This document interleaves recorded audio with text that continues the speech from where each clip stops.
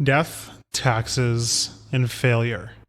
If you strive to do great things in your business and life, those are three things that are guaranteed to happen to you. Not only are you certain to fail, you are most likely to do it many different times and in many different ways. Maybe you'll disappoint an important client. Maybe you'll mishandle a sensitive employee issue. Maybe that new initiative you spearheaded will blow up in spectacular fashion. I could go on. So if we, as people out to do great things in the world, are certain to fail in many different ways, why are we so bad at dealing with the emotions that inevitably come along with it? That's the issue we'll explore with this summary of Rising Strong.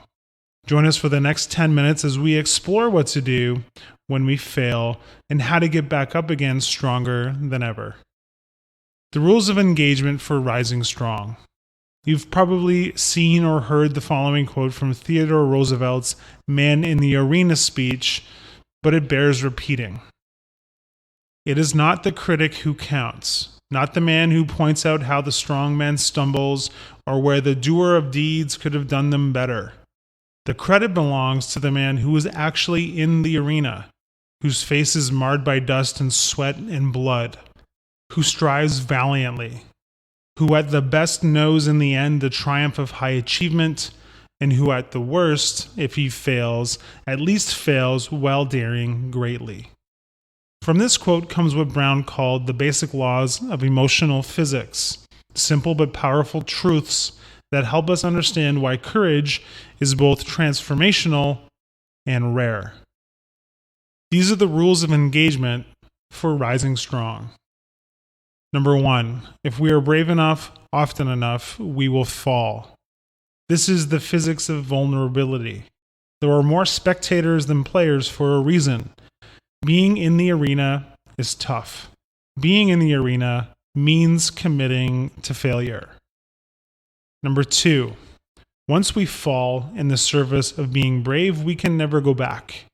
Once you place yourself in the game, you can't go back to being a spectator. Courage transforms the emotional structure of our being. We know what it means to show up and play, and when we are just spectating. Number 3, the journey belongs to no one but you. However, no one successfully goes it alone. We need to surround ourselves with others who can give us support and walk side by side with us on this journey.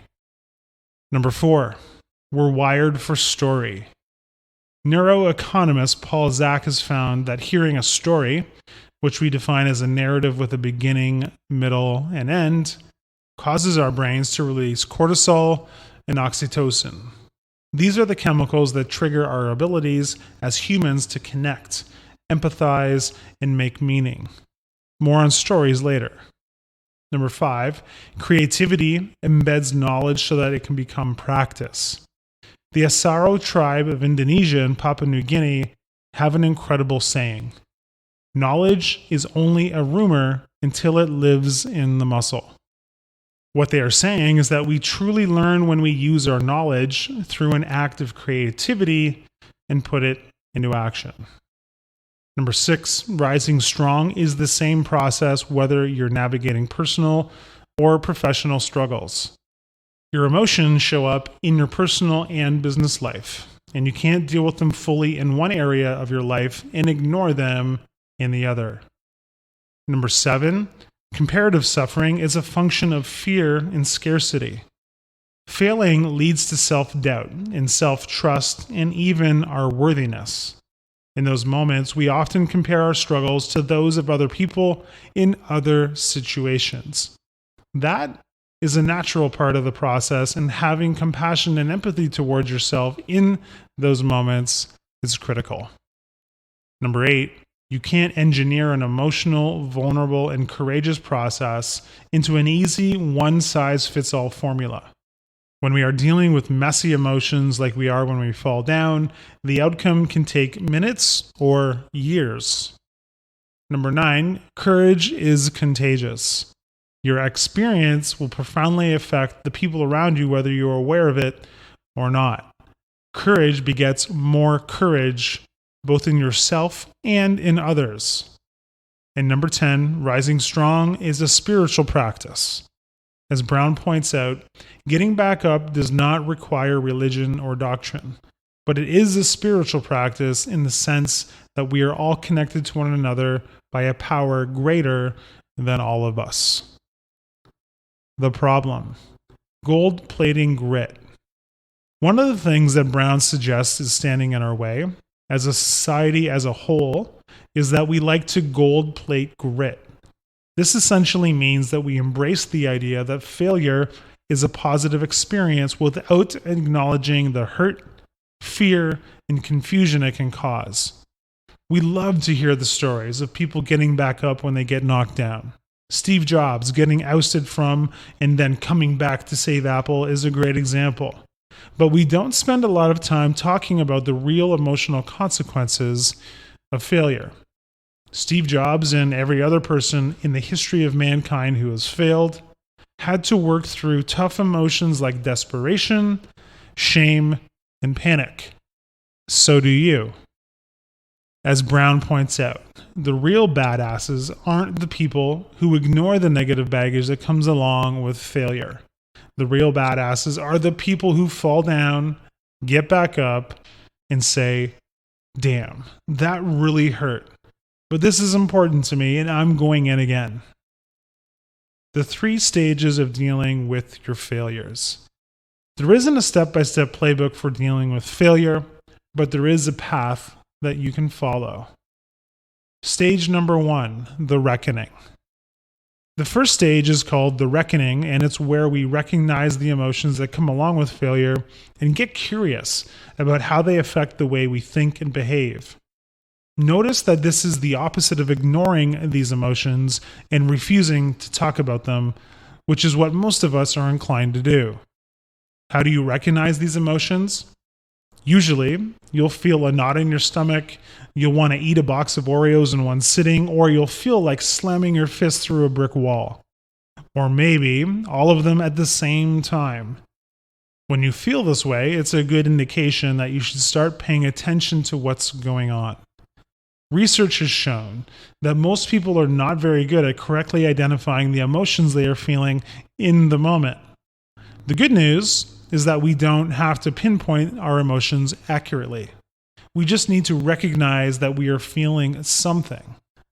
Then, you need to open a line of inquiry into what's going on and why. Stage 2, the rumble. The second stage is called the rumble, and this is when we confront the stories that we make up about ourselves through this struggle. For instance, a common story we make up about ourselves when we fail is that I'm not good enough. Sometimes that might be true, but most often this is a self-protection mechanism that tries to prevent us from getting hurt again. After all, if we're not good enough, why bother getting up and trying again? Rumbling is all about identifying the story you are making up so that you can properly deal with it. Brown suggests that we take the step of actually writing it down using 6 simple sentences in the following structure. Number 1, the story I'm making up. Number 2, my emotions. Number 3, my body. Number 4, my thinking. Number 5, my beliefs. And number 6, my actions. Brown tells us that the most important thing in the process is to just get it down on paper. It doesn't need to be perfect. Now that we have it down, we can deal with it. We'll ask ourselves some simple questions in this stage. Number 1, what more do I need to learn and understand about this situation? Number 2, what more do I need to learn and understand about the other people in the story? And number 3, what more do I need to learn and understand about myself? What we'll most likely learn through that process is that there is a difference between what we make up about our experiences and the truth. This is where the key learnings and wisdom live. Number 3, the revolution. The third and last stage is called the revolution. As Brown points out, this is where we write a new ending to the story. A story where you get up off the mat, brush yourself off, and change the way you engage with the world in a positive, life-affirming way. This last step takes an incredible amount of courage because you are opening yourself up to the one thing that your biology is hardwired to avoid: getting hurt again. As Brown points out, this is revolutionary change because it fundamentally transforms our thoughts and beliefs.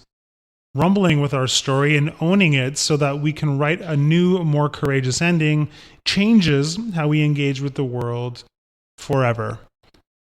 How to rumble with criticism. Let's talk about a concrete situation that you'll most certainly face if you're trying to do anything that's remotely game-changing in your business or your life. Getting criticized by other people, especially people who are watching the game from the cheap seats.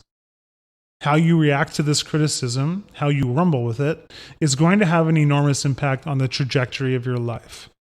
There are 3 traps we fall into when dealing with criticism. First, we start to play small. Getting criticized hurts, and our natural reaction is to make sure it doesn't happen again. We do what we need to do in order to make ourselves a smaller target, and in the process, strip away everything that gives us the strength and courage to do great things. Second, we resort to the "I don't care about what anyone thinks" defense. As Brown points out, this is a game we can't win. You are wired to care about what other people think, whether you like it or not. Third, we fall into the trap of eliminating all criticism from our lives. This is like throwing the baby out with the bathwater, because thoughtful and constructive criticism is incredibly useful, especially to people who are attempting to do great things. The solution that Brown gives us is to get totally clear on whose opinions actually matter. Take out a 1-inch by 1-inch piece of paper right now and write down the names of the people who really matter to you. If you're finding yourself wanting to cheat and increasing the size of the paper, you need to tighten up that list. These people should be the ones who love you because of your imperfections and vulnerabilities, not in spite of them. These are the people who will be there for you when you fail, and did I mention that it's certain you will?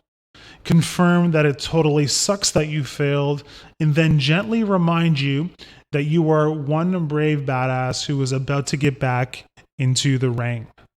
And that is the greatest gift you could ever give yourself. Hi, I'm Rhonda, and this is an exclusive audiobook video recorded for the Audiobook Master channel. Enjoy your audiobook and have fun learning. Don't forget to subscribe and hit the notification button so you'll get updated on our next upload. If you liked the video, give us a thumbs up and say your thoughts about the book we just covered. Do you want to listen to a summary or review of a book that we haven't covered in the past? Say it in the comments below or send us a message. Don't forget to check our other uploads. Enjoy listening!